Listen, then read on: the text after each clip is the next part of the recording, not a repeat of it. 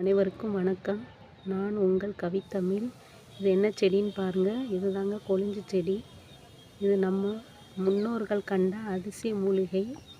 இது தாங்க. இது விவசாய நிலங்களுக்கு இயற்கை அடி உரமாக பயன்படுகிறது. இந்த மூலிகை ஒரு வகையில் பார்த்தோன்னா உழவனின் நண்பன் என்று கூட சொல்லலாம். அது மட்டும் இல்லாமல் வாழைக்கும் தென்னைக்கும் இது உரமாக பயன்படுகிறது.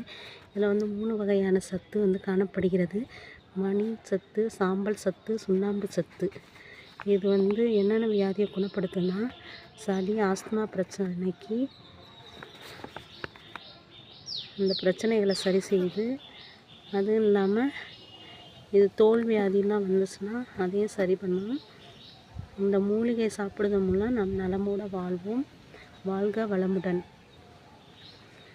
இந்த வீடியோ பிடித்திருந்தால் லைக் பண்ணுங்கள், ஷேர் பண்ணுங்கள், சப்ஸ்கிரைப் பண்ணுங்கள். தேங்க்யூ ஃபார் வாட்சிங்.